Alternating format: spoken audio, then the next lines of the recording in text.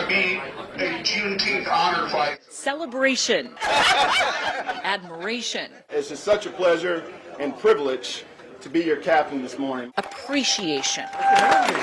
All long overdue, and it coming on this day makes it that much sweeter for more than 24 black veterans, including 101-year-old Calvin Kemp. Somebody over there holding my hand. On board the first ever Juneteenth honor flight. It is an honor for me, as well as this crew, to take you to D.C. this morning. From Atlanta to Washington, D.C. A well-earned, all-expenses-paid, jam-packed day of fanfare and camaraderie, visiting military memorials and monuments, but also confronting conflicting emotions about their own service and how a country they loved and fought for didn't always love them back. I went in bright-eyed and bushy-tailed and got that Navy uniform on, and I felt proud, and I was somebody. I felt like somebody. I felt very proud of representing my country. And then when I come back home, I couldn't go to school. I couldn't go in a place and buy a hamburger. I couldn't go in a motel.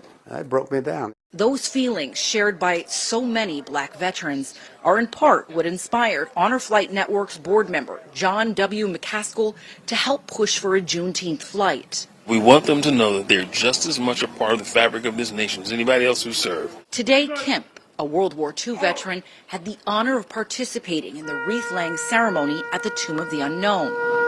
Kemp told CNN that respect was the last thing that he received in his service in a segregated U.S. Navy unit. When I came back from the movie about 11 o'clock that night, my back was soaking wet with urine. Soaking wet. Each guy just come by and sprinkle it. I had respect for that urine. Yeah. And then they broke my heart when they abused and mistreated me. That mix of pride and pain also exists in U.S. Army veteran Robert Sams.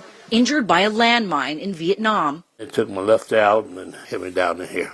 I've still got a piece of shrapnel still in my head, down in this room here. Sams was awarded the Purple Heart, but says he had to fight for more than 50 years just to get his full disability benefits. This trip, for him, makes him feel appreciated, finally. We did so much, and they taking their time to recognize it. It should have been done a long time ago. For Marion Captain D. Elder, the connection between her own service and Juneteenth is especially poignant. I'm finally being recognized, and Juneteenth makes it extra special because as a black, I'm going with a group of black veterans. And this is a token of appreciation. Elder, who spent more than 20 years in 3 different branches, is proud of her service, but says her journey to becoming a flight nurse didn't always feel fair. A lot of opportunities I was passed over, and I believe it was because I was a woman and a black woman. And while one trip can't right the wrongs of the past, I really wish the day could last. See, I'm tearing up now.